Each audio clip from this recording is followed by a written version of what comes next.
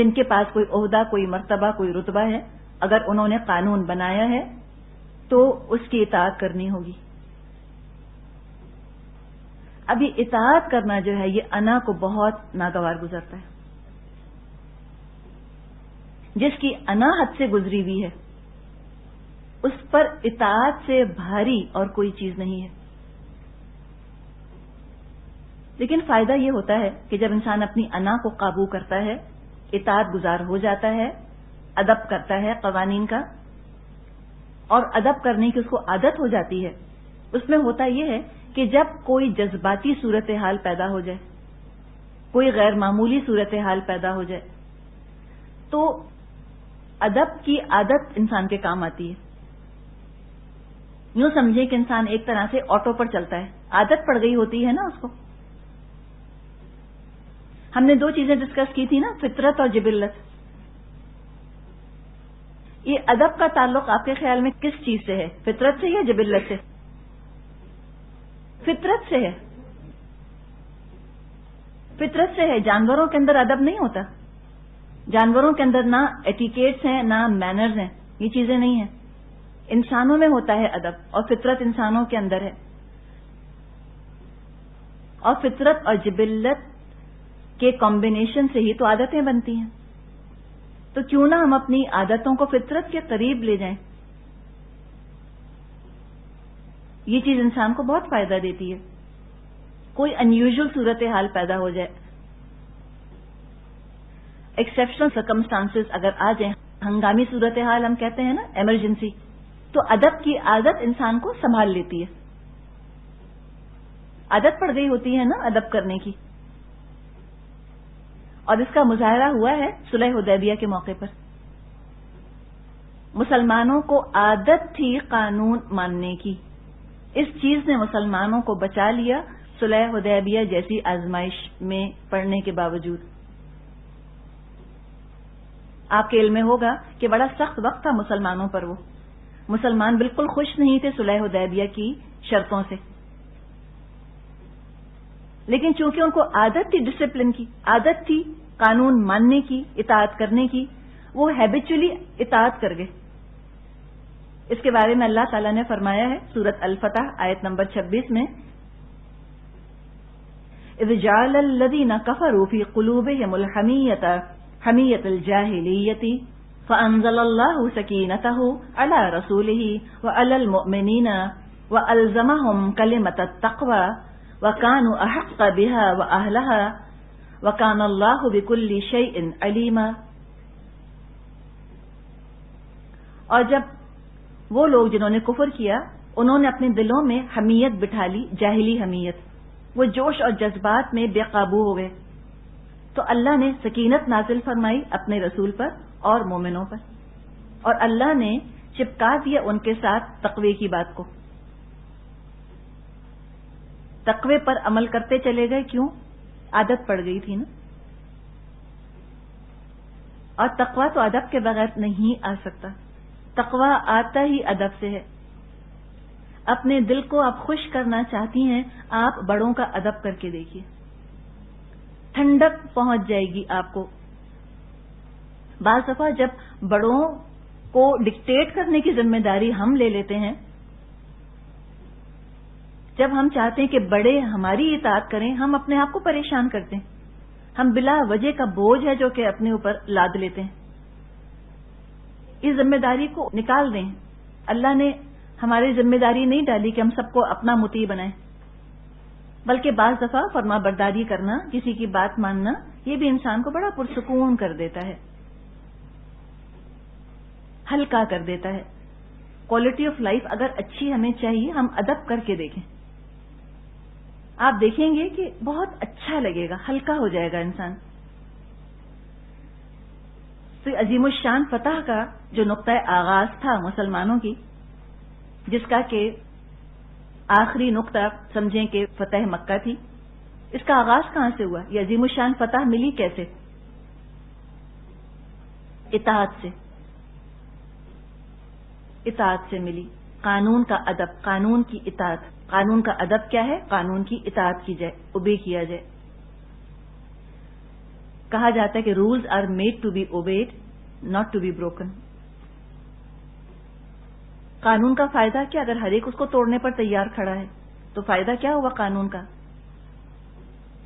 کوئی فائدہ، کوئی برکت ہی نہ آئے اس قانون کی جس کو ہر دوسرا تیسرا توڑ دے. اور 2 یا 3 اگر توڑتے ہیں باقیوں کے اندر غم اور غصہ پیدا ہوتا ہے. وہ کہتے ہیں کہ ہم کیوں مانیں؟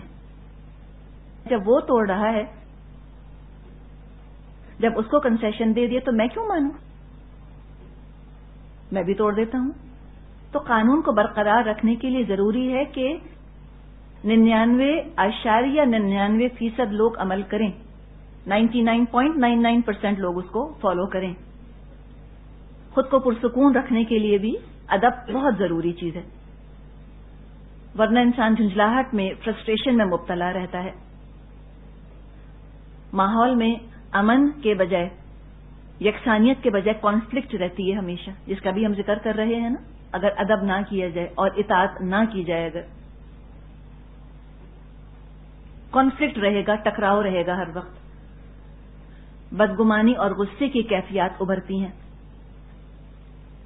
کام کی انفرادی اجتماعی نوعیت متاثر ہوتی ہے، کوالٹی پر اثر پڑتا ہے اگر قانون کا ادب نہ کیا جائے. اور اگر بڑوں کا بھی ادب نہ کیا جائے تو بھی انسان بے چینی کا شکار ہوتا ہے. ابھی جو لفظ ہم بار بار دہرا رہے ہیں ادب، ادب یوں سمجھیں کہ 2 معنوں میں استعمال ہوتا ہے. ایک ہے ادب کا ظاہری پہلو، ایک ہے ادب کا باطنی پہلو. ادب کا ایک تعلق جسمانی حرکات سے ہے اور ادب کا دوسرا تعلق دل کی کیفیت سے. ہم نے کہا نا قلب سے تو شروع کرنا ہے ادب کو، بدا القلب، دل کو بدلنا ہے. ان 2 کے لیے ہم اردو میں 2 الفاظ استعمال کرتے ہیں. ہم کہتے ہیں ادب اور احترام. ادب اور احترام ہم کہتے ہیں. ادب کا تعلق ہے آپ کے مینرزم سے، ایٹیکیٹ، اور احترام کا تعلق دل سے ہے. احترام لفظ بنا ہے حرمت سے، محترم، کسی چیز کی تعظیم کرنا اس کی عظمت کی وجہ سے. یہ تو دل کی کیفیت ہے نا. اگر دل کے اندر احترام ہے، رسپیکٹ ہے دل کے اندر، تو مینرزم کے اندر بھی پراپر ایٹیکیٹس ہوں گے. اصل میں تو ادب یہ ہونا چاہیے کہ دل میں بھی احترام ہو اور جسم سے بھی اس کا اظہار ہو، حرکتوں سے بھی پراپر ایٹیکیٹس بھی ہوں، پراپر مینرز بھی ہوں، دل کے اندر بھی رسپیکٹ ہو. لیکن حقیقت جو ہے وہ یہ ہے کہ واقعی ہر ایک کا انسان دل سے احترام نہیں کر سکتا. جن لوگوں کا ادب کرنا ہوتا ہے، جن کے ساتھ پراپر مینرزم کا مظاہرہ کرنا ہوتا ہے، دل میں ان کا احترام نہیں ہوتا ہے نا. حقیقت، فیکٹ آف لائف ہے یہ. ایسے وقت میں کیا کرے انسان؟ ایسے وقت میں ہوتا یہ ہے کہ عادتاً شیئر ہیبٹ کے طور پہ انسان مناسب رویے کا اظہار کرتا ہے، اور جو دل میں اس کے احترام نہیں ہوتا اس شخص کے لیے، وہ کم از کم رویے میں جھلکتا نہیں. اس سے کم از کم معاشرے میں امن تو رہتا ہے نا، ایک سمجھے کہ ڈیکورم قائم رہتا ہے اس کی وجہ سے. مثال کے طور پہ مہمان آتے ہیں، مہمانوں کا ادب یہ ہے کہ خوش دلی سے ان کو ویلکم کیا جائے، خوش آمدید کہا جائے. کوئی مہمان آئے ہیں جن کا کہ دل میں احترام نہیں ہے، ان کو دیکھ کر بہت خوشی نہیں ہوئی، لیکن ایک عادت پڑی ہے، تو عادتاً ہم مسکراتے ہیں ان کو دیکھ کر. ہم عادتاً ان کو اپنے گھر کے اندر لا کر بٹھاتے ہیں. رویے میں ادب ہے، ہو سکتا ہے دل میں احترام نہ ہو، لیکن جو عادت ہمیں پڑ گئی ہے ادب کرنے کی، جو ہم کو ڈسپلن کیا جاتا ہے، جو ہم کو بچپن سے جو مینرز ہمیں سکھائے جاتے ہیں، ایٹیکیٹس ہمیں سکھائے جاتے ہیں، وہ ہمارے کام آ جاتے ہیں، اور ہم پھر ان کو کم از کم ان کا مقام تو دے دیتے ہیں نا. یہ کیا ہے؟ سمجھے کہ ریفلیکس ایکشن کے طور پہ ہوتا ہے. عادتاً یہ کام انسان کر جاتا ہے. بچپن سے بچوں کو عادت ڈالنی چاہیے کہ بڑوں کے سامنے زبان نہیں کھولنی، جواب نہیں دینا. You are not allowed to back answer. جب یہ گھٹی میں عادت پڑ جاتی ہے، بچپن سے جب بچوں کی ٹریننگ تربیت یوں کر دی جاتی ہے، والدین تربیت یوں کر دیتے ہیں، کل کو وہ 10 لوگوں سے ملتے ہیں، کبھی باس ہے جو ان کو اچھا نہیں لگتا، کبھی سسرال میں ساس ہے جو اچھی نہیں لگتی، لیکن ہوتا کیا ہے، چونکہ بچپن سے تربیت ہوئی ہوتی ہے تو باس کے سامنے بھی بے ادبی کا مظاہرہ نہیں کرتے، خاموش ہو جاتے ہیں. ساس کے سامنے بھی زبان نہیں کھولتے، خاموش ہو جاتے ہیں. اور اس کی عزت کروائی جاتی تھی ادب کرنے والوں کی، کہ جو با ادب ہوتے ہیں وہ بڑے خود با عزت ہوتے ہیں. کرائیٹیرین، یہ معیار بدل دیا گیا اور بدتمیزی کو اعتماد کے ساتھ اور عزت کے ساتھ جب اس کو تشبیہ دی جانے لگ گئی تو سارا معاملہ ہی الٹا ہو کے رہ گیا. جو جتنا بدتمیز بے ادب ہو، اس کی جب عزت ہونے لگ جائے گی معاشرے کے اندر تو لوگ پھر ادب نہیں کرنا چاہیں گے کسی کا. تو ادب کی عزت ہونی چاہیے. ادب کرنا کمزوری یا بیچارگی کی علامت نہیں ہے، یہ بزدلی کی علامت نہیں ہے. ادب وہی کرتے ہیں جن کے اپنے اندر خوب اچھی اسٹرینتھ اور طاقت ہوتی ہے، جو اندر سے با اعتماد ہوتے ہیں، وہی ادب کر سکتے ہیں. ورنہ زبان تو سب کے ساتھ لگی ہے. اگر جانور کی سطح پر گرنا ہے تو جانور بھی تو غراتے ہیں دوسرے کو دیکھ کر، وہ تو ادب نہیں کرتے کہ اچھا میری ماں میری روٹی کا ٹکڑا لے گئی اب میں کچھ نہ کہوں. وہ تو غرا کر حملہ کرے گا اس کے اوپر، کہاں کی ماں اور کیسی ماں. تو یہ بدتمیزی، یہ بے ادبی، یہ تو جانوروں کا لیول ہے، اس کا انسانوں سے کیا تعلق. تو بے ادبی کی عزت کیوں ہو معاشرے کے اندر، زبان درازی کی عزت کیوں ہو معاشرے کے اندر. استاد کے سامنے بدتمیزی کرنا، شکلیں بنانا، پیٹھ پیچھے اس کا مذاق اڑانا، یا ملک کا صدر ہے اس کا مذاق اڑانا، یا ماں باپ کے سامنے ترکی بترکی کھڑے ہو کر جواب دینا، یہ تو اچھی چیزیں نہیں ہیں. اس سے اصلاح نہیں کبھی ہوتی. اگر کوئی یہ سمجھتا ہے کہ بے ادبی سے اصلاح ہوتی ہے، کریکشن ہوتی ہے، نافرمانی سے حالات بہتر ہوتے ہیں، غلط نہیں ہوتے. اس کے لیے اللہ نے طریقہ بتا دیا ہے ہم کو کہ اللہ کے کلام کا تم ادب کرو، اس کو پھیلاؤ، تو دیکھو معاشرے کے اندر اصلاح ہوگی. بدتمیزی اور بے ادبی سے تو اصلاح کبھی بھی نہیں ہوتی. تو اللہ تعالیٰ سے واقعی بہت دعا کرنی چاہیے کہ اللہ ہم مسلمانوں کو مؤدب بنا دے، ادب کرنے والا بنا دے. اب یہ ایک اسائنمنٹ ہے آپ لوگوں کے لیے کہ کیسٹ سن کر کوئی اگر اپنا اسیسمنٹ کرنا چاہتا ہے، اپنے آپ کو جج کرنا چاہتا ہے، تو پھر وہ اس طرح سے ان چیزوں کو دیکھ لے اور اپنے آپ کو وہ اسیس کر لے.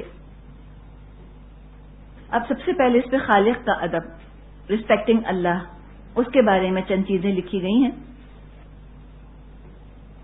1 سے 5 پر اسکیل دیا گیا ہے، اس پہ اپنا تجزیہ کیجیے اور کوشش کیجیے کہ آگے سے آگے بڑھنے کی صلاحیت انسان کے اندر پیدا ہو. خالق کے ادب میں یہ ہے، پہلی چیز کہ میں اللہ کی عطا کی ہوئی نعمتیں اللہ کی رضا میں لگاتی ہوں. اب وہ چیزیں کیا ہیں؟ اچھی شکل، علم، وقت، صحت، اولاد، پیسہ، فرصت، یہ میں اللہ کی رضا میں ان کو لگاتی ہوں. یہی اللہ کا ادب ہے. میرا اخلاق اور ادب اللہ کی رضا کے لیے ہے یا کہ مصنوعی بناوٹی ادب؟ سلام دونوں کو کیا جاتا ہے، چاہے بڑا امیر ہو یا بڑا غریب ہو. اگر اللہ کے لیے ادب اختیار کیا ہے تو چاہے وہ غریب ہو چاہے امیر ہو اس کو سلام کریں گے، اس لیے کہ بڑا ہے. پھر میری آواز فون پر اور گھر والوں کے ساتھ یکساں ہے. کٹسی کا مظاہرہ اللہ کے لیے کرنا ہے تو گھر والوں سے جس لہجے میں بات کرتے ہیں وہ لہجہ بھی بہت اچھا ہونا چاہیے. جیسے کہ فون پر بات کرتے ہوئے بڑا اچھا لہجہ ہوتا ہے. مراد ہے کہ دکاندارانہ اخلاق پہ نہیں ہوگا انسان کا اگر اس کے اندر اللہ کی خاطر ادب آئے گا. میں نماز کی توفیق ملنے کو اللہ کا احسان مانتی ہوں. بڑی چیز ہے نا یہ ہے اللہ کا ادب کہ نماز کی جب توفیق ملے تو انسان اس کو اللہ کا احسان سمجھے کہ واقعی بڑا اللہ کا احسان ہے.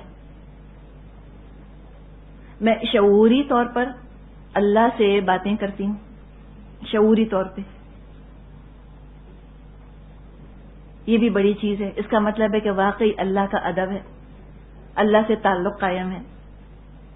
آزمائش اور مشکلات پر اللہ سے شکوے شکایت کرتی ہوں یا رجوع کرتی ہوں. تو اللہ کی طرف رجوع کرنے کی ضرورت ہے نا. انسان اللہ کی طرف رجوع کرے اور جو کہنا ہے اپنے رب سے بات کرے. قرآن کا ادب. میں قرآن کی مجلس میں پرسکون ہو کر بیٹھتی ہوں. یہ ہمیں خود ہی جج کرنا ہے اپنے آپ کو. اور اگر محسوس ہوتا ہے کہ نہیں رہتی, کوئی مجھے مسئلہ درپیش ہوتا ہے, تو انسان دعا کرے اپنے رب سے, ٹھیک کرنے کی کوشش کرے. عمومی طور پر گھڑی یا موبائل فون کی طرف متوجہ ہوتی ہوں. بار بار نظر کا گھڑی کی طرف اٹھنا یہ بھی تو بے ادبی ہے.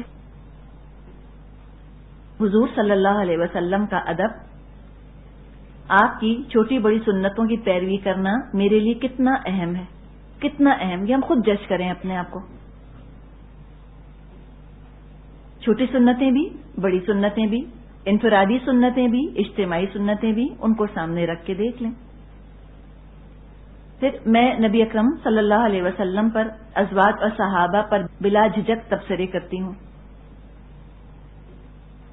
وداؤٹ ہیزیٹیشن میں بات کرتی چلی جاتی ہوں ان کے بارے میں. یوں کرنا چاہیے تھا, یوں نہیں کرنا چاہیے تھا, ایسے کیوں کیا, ویسے کیوں کیا. کیا یہ کرتی ہوں؟ اس میں بھی انسان اپنے آپ کو ایویلیویٹ کر لے. پھر آگے ہے بڑوں کا ادب. عمر سے بڑے ملازمین کے ساتھ میں ادب سے پیش آتی ہوں, خاص کر جب ان سے ناراض ہوں. اصل تو جب ہی پتا چلے گا نا. جب خفا ہوتے ہیں تو ہم کس لہجے میں ان سے بات کرتے ہیں. اگر بزرگ بار بار بات دہرائیں یا پوچھیں تو میں صبر سے جواب دیتی ہوں.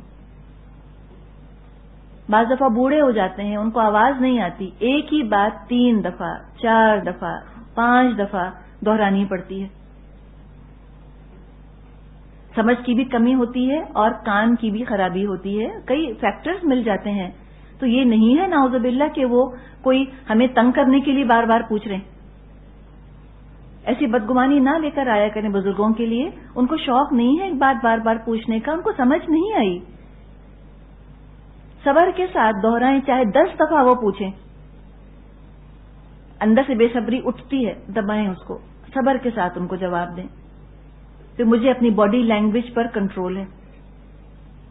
بڑوں کے ساتھ یہ بھی ہونا چاہیے. ادب کے ساتھ انسان ان کے سامنے ٹھہراؤ کے ساتھ بیٹھے. قانون کا ادب, ریسپیکٹ آف دا لا. میں اپنے ساتھ خاص رعایتی سلوک کی توقع رکھتی ہوں. پریفرینشیل ٹریٹمنٹ چاہتی ہوں اپنے لیے. جج کریں ذرا اپنے آپ کو, پتا چلے گا ہمیں ہم کتنے پانی میں ہیں. رش کے وقت لائن میں کھڑے ہونا میری برداشت سے باہر ہے. ہمیں دیکھنا پڑے گا یہ اپنے بارے میں.